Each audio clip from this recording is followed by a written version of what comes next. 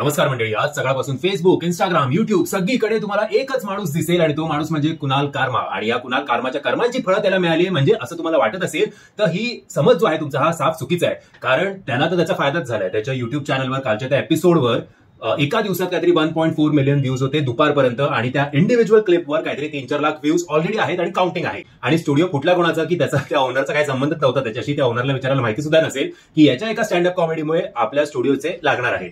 असो सो कुणाल कामाचा तो फोनचं एक कॉन्व्हर्सेशन सुद्धा तुम्ही ऐकाल तर तुम्ही शॉक व्हाल की ज्या प्रकारे तो एक त्या शिवसेनेशी बोलतोय की त्याला बहुतेक तो प्रिपेअर्डच होता की या स्टँडअप कॉमेडी नंतर हे सगळं होणार आहे. त्यामुळे तेव्हा शिवसैनिकांनी त्याला विचारलं की तू आहेच कुठे, बात्ताच्या आता येतो आणि फोडून टाकतो. तेव्हा तो बोलला मी तामिळनाडूमध्ये.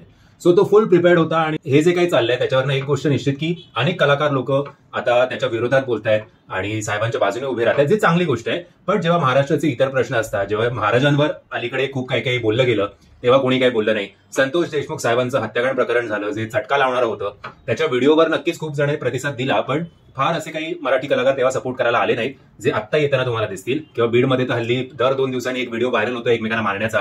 पुण्याचं तर काय भलतच चालू आहे सध्या, तिकडे पण मारामारी आणि या सगळ्या गोष्टी चालू आहे. ओव्हरऑल काय की अभिव्यक्ती स्वातंत्र्य आता फक्त हे नेत्यांनाच राहिलेलं आहे. डेमोक्रेसी फक्त त्यांच्यापुरती आहे. ते कॅमेरासमोर एकमेकांना शिव्या घातल्यात तरी चालतील, पण बाकी कोणीही त्यांच्याबद्दल काही बोलता कामा नाहीये. एनिवेज ही कविता खरंच कुणालनी लाईन क्रॉस केली आहे का, की तो बोललाय ते बरोबर बोललाय, तो एक स्टँडअप कॉमेडी करत होता. हे तुमचं याच्याबद्दल काय मत आहे कमेंटच्या माध्यमातून कळवा. जय हिंद, जय महाराष्ट्र.